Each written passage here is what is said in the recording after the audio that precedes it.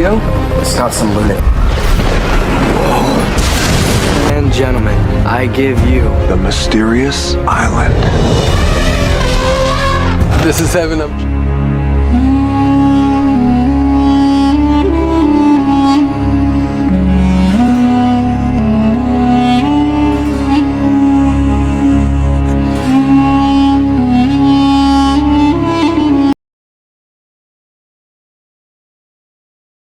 নমস্কার বন্ধুরা, আমি সুদীপ ঘোষ আর আপনারা দেখছেন এসজি রিসার্চ বাংলা। আমার চ্যানেল এসজি রিসার্চ বাংলা আপনাদের স্বাগত জানাই।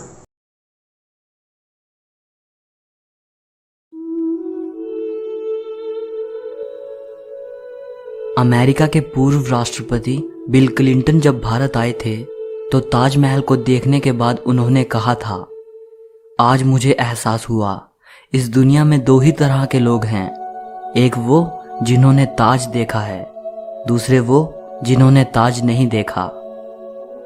होंगी इस दुनिया में एक से बढ़कर एक खूबसूरत इमारतें, लेकिन ताज जैसी कोई नहीं, क्योंकि इसकी बुनियाद में एक बादशाह ने अपना दिल रखा है। आज इस वीडियो को आखिर तक जरूर देखना। आप ताजमहल के बारे में 22 ऐसी बातें जानोगे जो शायद ही आपने पहले कभी सुनी होंगी। नंबर 22। हजारों टूरिस्ट जो ताजमहल देखने आते हैं वो ये नहीं जानते कि जो वो सामने देख रहे हैं वो ताजमहल का पिछला हिस्सा है। दरअसल जो शाही दरवाज़ा है वो नदी के किनारे दूसरी तरफ है। आज ज़्यादातर टूरिस्ट ताज को वैसा नहीं देख पाते जैसा कि शाहजहां चाहते थे। मुगल काल में ताज तक पहुंचने के लिए नदी ही मुख्य रास्ता थी। ये एक तरह का हाईवे था। बादशाह और उनके शाही मेहमान नाव में बैठकर आते थे। नदी के किनारे एक चबूतरा हुआ करता था। नदी बढ़ती गई और वो बहुत पहले ही नष्ट हो गया। बादशाह और उनके मेहमान उसी चबूतरे से ताज आया करते थे। नंबर 21। ये कहा जाता रहा है कि शाहजहां ने ताजमहल बनाने वाले मजदूरों के हाथ कटवा दिए थे, लेकिन ये बात एक अफवाह जैसी लगती है, क्योंकि इस बात का कोई प्रमाण मौजूद नहीं है। बहुत से इतिहासकारों का मानना है कि शाहजहां ने मजदूरों और कारीगरों को जिंदगी भर की पगार देकर उनसे एक करारनामा लिखवाया था कि वो ऐसी कोई दूसरी इमारत नहीं बनाएंगे। नंबर 20। ताजमहल की जो 4 मीनारें हैं ये बिल्कुल सीधी नहीं खड़ी हैं, बल्कि चारों बाहर की ओर हल्की झुकी हुई हैं, और इन्हें ऐसा ही बनाया गया था ताकि भूकंप जैसी आपदा आने पर अगर ये गिरे भी तो बाहर की ओर गिरें और मुख्य मकबरे को कोई नुकसान ना पहुंचे। नंबर 19। कुतुब मीनार भारत की सबसे ऊंची मीनार है, लेकिन शायद आपको जानकर हैरानी हो, ताजमहल की ऊंचाई कुतुब मीनार से भी ज़्यादा है। ताजमहल 73 मीटर ऊंचा है, जबकि कुतुब मीनार की ऊंचाई 72.5 मीटर है। नंबर 18। दुनिया में जितनी भी ऐतिहासिक इमारतें मौजूद हैं उनमें से सबसे सुंदर कैलीग्राफी ताज पर हुई है। जैसे ही आप ताज के बड़े दरवाजे से अंदर जाते हो, दरवाजे पर लिखा ये सुलेख आपका स्वागत करता है। हे आत्मा, तू ईश्वर के पास विश्राम कर, ईश्वर के पास शांति के साथ रहे और उसकी परम शांति तुझ पर बरसे। ये कैलीग्राफी थुलूट लिपि में है। इस कैलीग्राफी को डिजाइन करने वाले का नाम अब्दुल हक था, जिसे ईरान से बुलाया गया था। शाहजहां ने उसकी चकाचौंध कर देने वाली कला को देखते हुए उसे अमानत खान नाम दिया, उपाधि के तौर पर। नंबर 17। जिस वक्त शाहजहां बादशाह बने वो मुगल सल्तनत का सबसे सुनहरा दौर था, या यूं कहें शाहजहां का ज़माना मुगल हुकूमत की बसंत जैसा था। चारों तरफ अमन और खुशहाली थी। प्रजा के लिए बादशाह का हुक्म ही सबसे ऊंचा होता था। शाहजहां की बादशाहत में लड़ाइयाँ नहीं होती थी। वो ज़बरदस्त शान शौकत ऐशो इशरत का दौर था। बादशाह को बड़ी बड़ी इमारतें बनवाने का शौक था उन्होंने मुगल वास्तुकला के साथ भारत के प्राचीन इतिहास को मिला दिया था। नंबर 16, ऐसी भव्य इमारत दुनिया ने पहले कभी नहीं देखी थी। इसके लिए सफेद संगमरमर राजस्थान के मकराना से लाया गया था। जेड और क्रिस्टल चाइना से मंगवाया गया था। लैपिस लाजुली अफगानिस्तान से आया था। टर्कोइस तिब्बत से, जैस्पर पंजाब से, सैफायर श्रीलंका से और कार्नेलियन अरब से आया था। कुल मिलाकर ऐसे ही 28 किस्म के बेशकीमती रत्नों को सफ़ेद संगमरमर में जड़ा गया था। इन सब चीज़ों को विदेश से आगरा लाने के लिए 1000 से भी ज़्यादा हाथी इस्तेमाल किए गए थे। नंबर 15, ताजमहल आज से करीब 400 साल पहले 1631 में बनना शुरू हुआ था और ये 22 साल बाद 1653 में पूरा हुआ। इसका निर्माण 20,000 कारीगरों और मजदूरों ने किया था।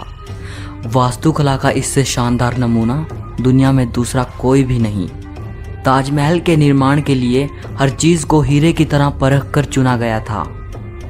ताजमहल की दीवारों पर जो नक्काशी है, इसकी तकनीक इटली के कारीगरों से सीखी गई थी। उज़्बेकिस्तान के बुखारा से संगमरमर को तराशने वाले कारीगर बुलाए गए थे।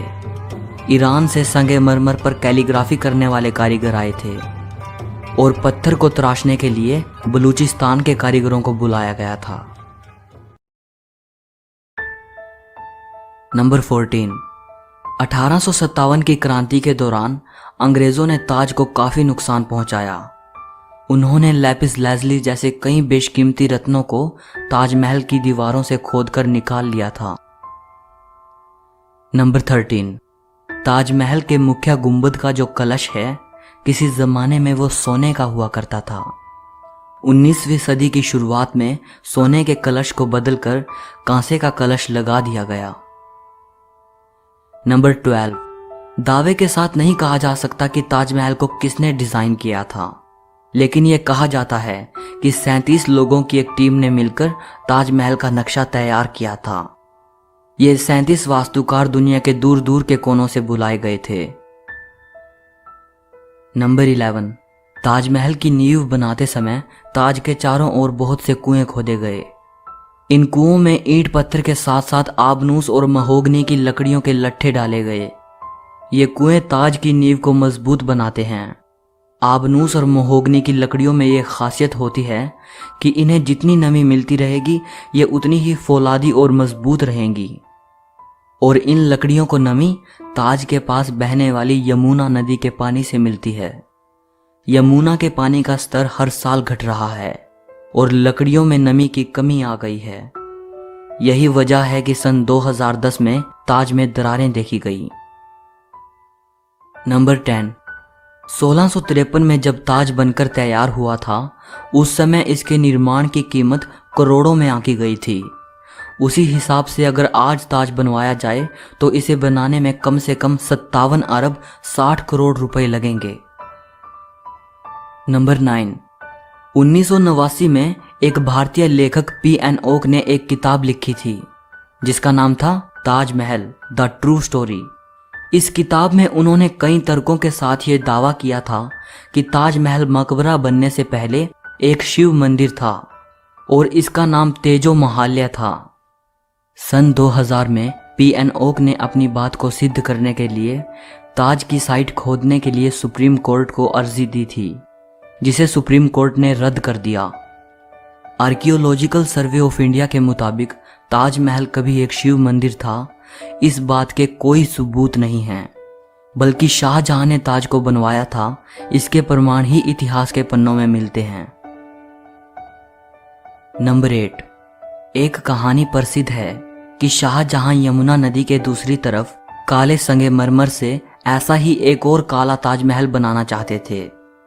कहा जाता है कि शाहजहां मुमताज की तरह अपने लिए भी एक मकबरा बनाना चाहते थे, लेकिन इससे पहले कि वो काला ताजमहल बनवा पाएं, औरंगजेब ने उनको कैद खाने में डलवा दिया।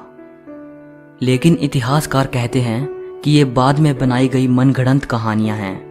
जिस जगह शाहजहां के काला ताज बनवाने की बात कही जाती है, वहां कई बार खुदाई की जा चुकी है, लेकिन ऐसा कोई सबूत नहीं मिला जिससे ये पता चले कि शाहजहां काला ताज बनवाना चाहते थे।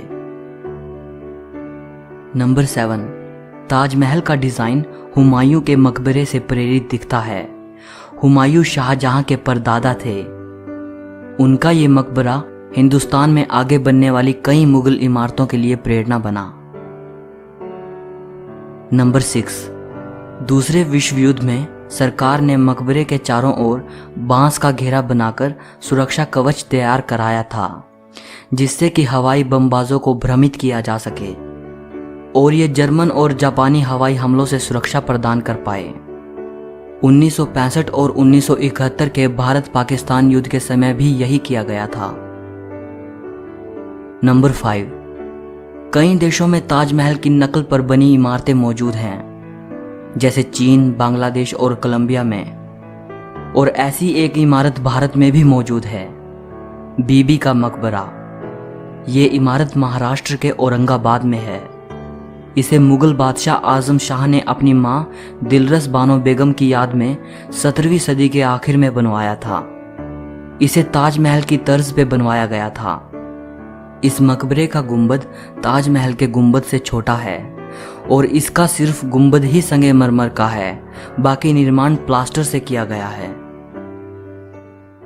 नंबर 4, ताजमहल की सबसे ज्यादा लोकप्रियता इसके निर्माण से जुड़ी अद्भुत प्रेम कहानी की वजह से है। बादशाह शाहजहां ने अपनी बेगम मुमताज महल की याद में इस इमारत को बनवाया था।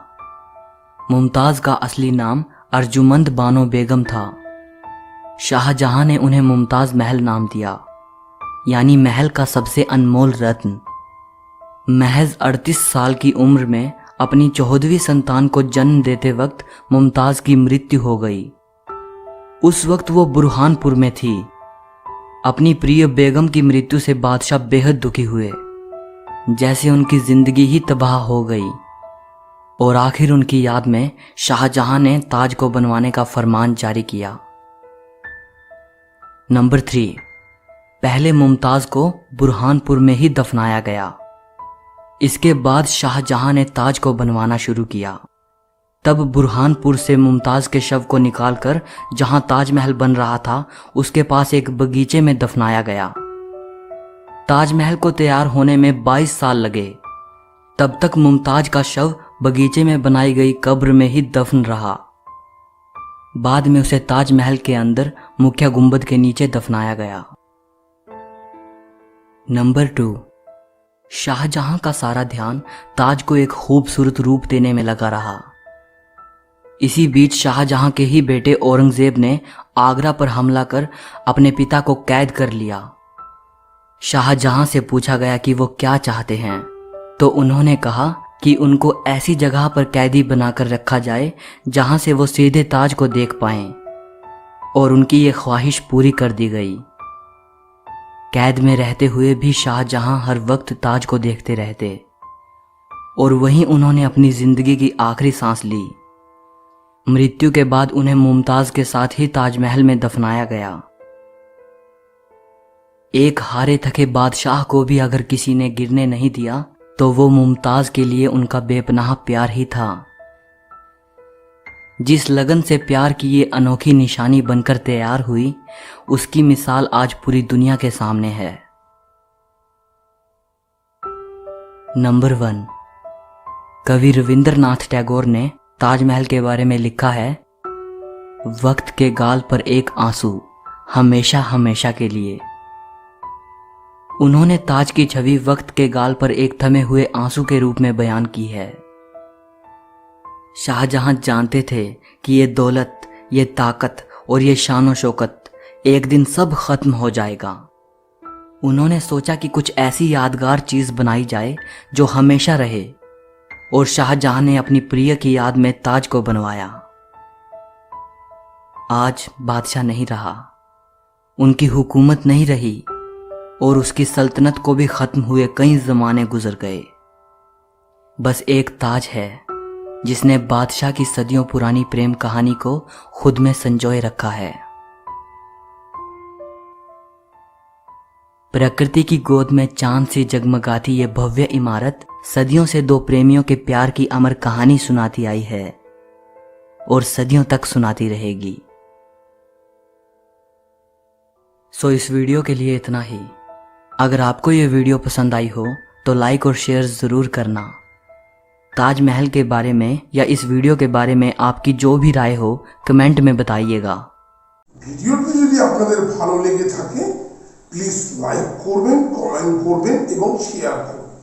আর চ্যানেলটিতে আপনারা যদি নতুন হন প্লিজ সাবস্ক্রাইব করে বেল আইকনটি প্রেস করে দেবেন ভবিষ্যৎ ভিডিও আপডেট পাওয়ার জন্য। আমি এই চ্যানেলে হিস্টোরিক্যাল ফ্যাক্ট, ভৌতিক ভিডিও ও অন্যান্য ইন্টারেস্টিং ফ্যাক্ট নিয়ে থাকি। তো আপনারা চাইলে চ্যানেলটিকে সাবস্ক্রাইবও করে দিতে পারেন। এছাড়া আবার দেখা হচ্ছে আপনাদের সঙ্গে একটি নতুন ভিডিও নিয়ে। আশা করছি ভিডিওটি আপনাদের ভালো লাগবে এবং goodbye friends and thank you for watching.